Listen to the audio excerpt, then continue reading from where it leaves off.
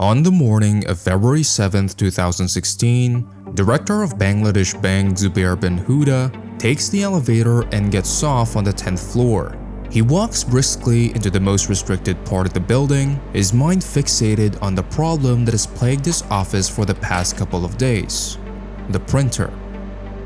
This isn't just any printer. It's an automated machine hooked up to the bank's software designed to print transaction reports instantly, automatically, and 24/7. This printer was a big deal, and the empty tray represented a huge problem. After troubleshooting the issue for 2 days, the printer finally comes back online. But then, a backlog of more than expected reports started rolling out, and it was soon obvious that something wasn't right. The New York Federal Reserve received instructions to drain their entire account. Panic erupted as employees rushed to stop the transaction, but it was likely too late. Bangladesh had just lost $1 billion.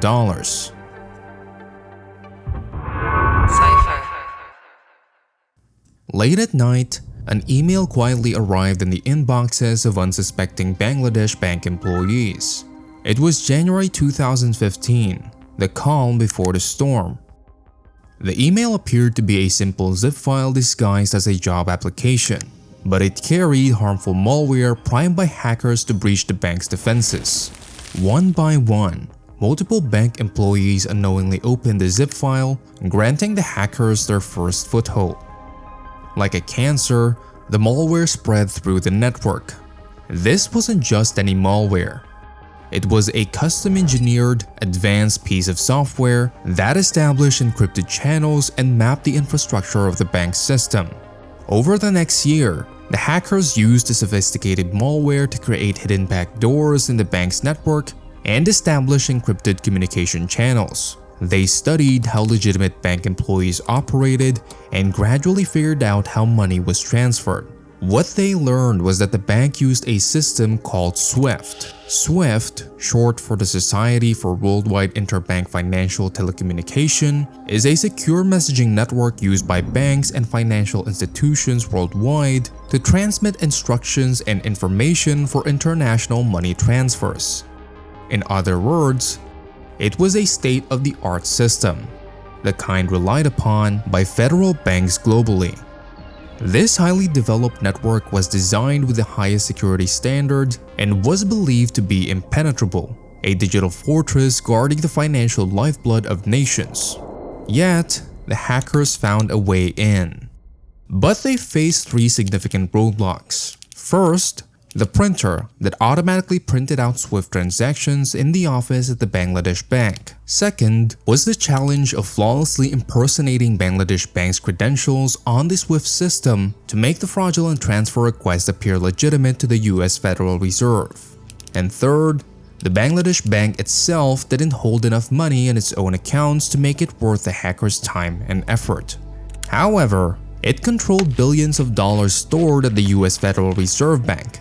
By exploiting SWIFT transactions, the hackers could access those vast reserves of money after dealing with problems 1 and 2, using the Bangladesh Bank as a perfect disguise to obtain unimaginable wealth. But why target Bangladesh Bank of all places? The answer is simpler than you might think. Bangladesh at the time had a rapidly growing economy. Despite this progress, it remained a developing nation.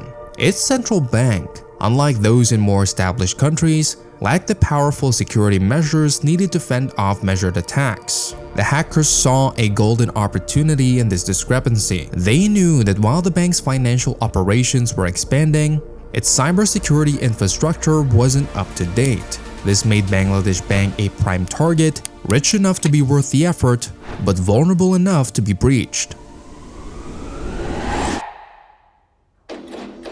As they lay in wait, they weren't just observing.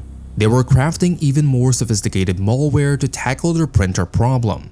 Through their access to the network, they discovered that the printer, responsible for transaction logs, was controlled by a computer constantly monitored by employees who confirmed each transaction. Instead of shutting down the computer or locking out the workers, the hackers devised a more ingenious plan. They aimed to deceive the employee overseeing the printer on the day of the heist. They created malware that, when injected into the computer, would cause it to stop printing the transaction logs, making it seem like a technical glitch. This would ensure that their fraudulent activities remained unnoticed, hidden behind a printer malfunction. With everything meticulously set in place, all the hackers needed was a place to send the money.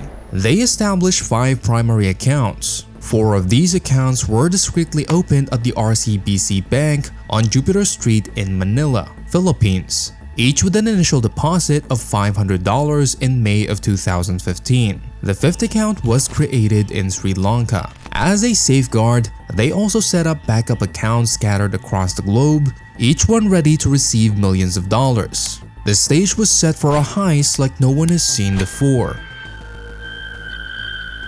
On the night of Thursday, February 4th, 2016, the hackers' plan was set in motion. As employees left for the day, the hackers logged onto the computers controlling Swift and began what they had been preparing for over the year. But what makes this plan even more genius is the timing. When you pull off a heist, you usually pick out a weekend or a time when there is less staff around to catch you, but this isn't your average heist. It was seemingly the most genius heist ever because of one thing: time zones. The Swift terminal in Bangladesh, the US Federal Reserve in New York, and the receiving banks in the Philippines were all in different time zones. Now, besides the time zones being to their advantage, in Bangladesh, the weekend starts on a Thursday night. This meant that once the hackers initiated their heist, the bank would be empty until Sunday morning. However, it wasn't the weekend in New York. It was Friday morning around 9:36 a.m. This meant that when the hackers began issuing commands to transfer the money, New York had an entire workday ahead of them to process and execute the request. Adding to their advantage, the upcoming Monday, February 8th, was the Chinese New Year, a bank holiday in the Philippines, providing an extended window to move the money without detection. The hackers had from Thursday to Monday to exploit 3 different time zones.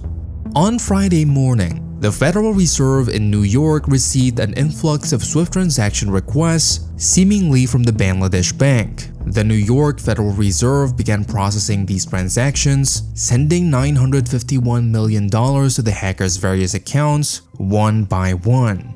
At this point though, the hack was done. They'd hacked into the Bangladesh Bank, requested and were sent millions of dollars from the New York Federal Reserve, and requested funds to 35 different accounts.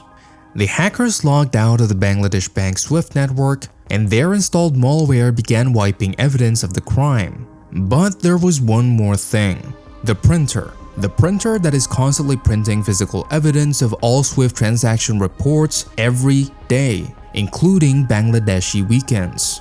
On Sunday, Zubair, the bank's director, got into work after the weekend and started his workday by checking the printer. However, it was empty thanks to the hackers' pre-installed malware. But Zubair just assumed it to be a technical glitch. Glitches happen all the time, but Sunday brought even bigger issues. Bangladesh Bank employees struggled to access the Swift terminal, encountering error message when attempting to log in. Among the few messages that weren't error messages were 3 from the New York Federal Reserve questioning nearly $1 billion worth of payment request. Zubair now was in full panic mode and attempted to contact the Federal Reserve, but it was Saturday in New York and his frantic calls went unanswered because of the weekend. Desperate, he started sending emails and faxes, calling for a halt to all transactions to prevent further losses. At this point, they had no idea what to do, so the Bangladesh Bank employees shut down their servers and started sending out appeals to the intermediary banks in efforts to recover the funds. One thing about the international banking system is its reliance on numerous intermediary banks. Funds don't simply move directly from the New York Federal Reserve to the accounts in Asia. They pass through several intermediary banks. This caused even more confusion when Bangladesh Bank employees started making calls all over the world trying to find their money.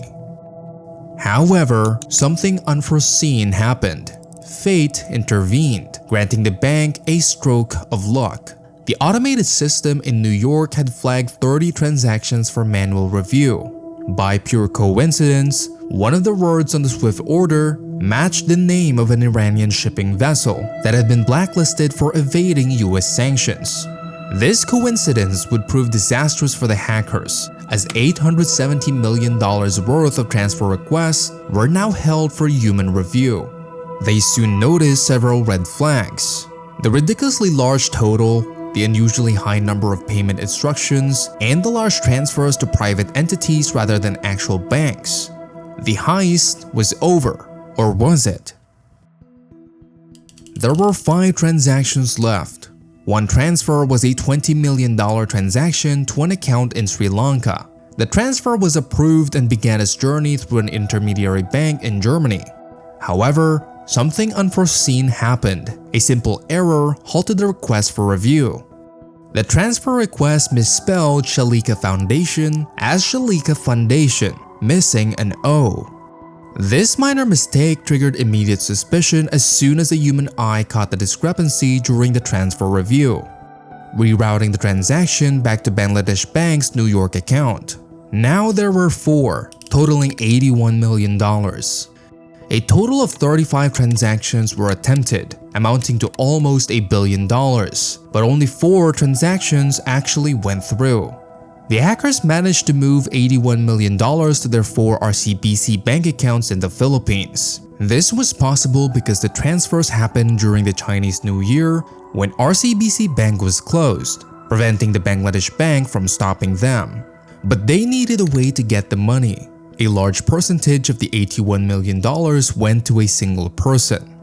From the investigation in the Philippines, the authorities confirmed that $30 million was given to a Chinese national, who then disappeared without a trace.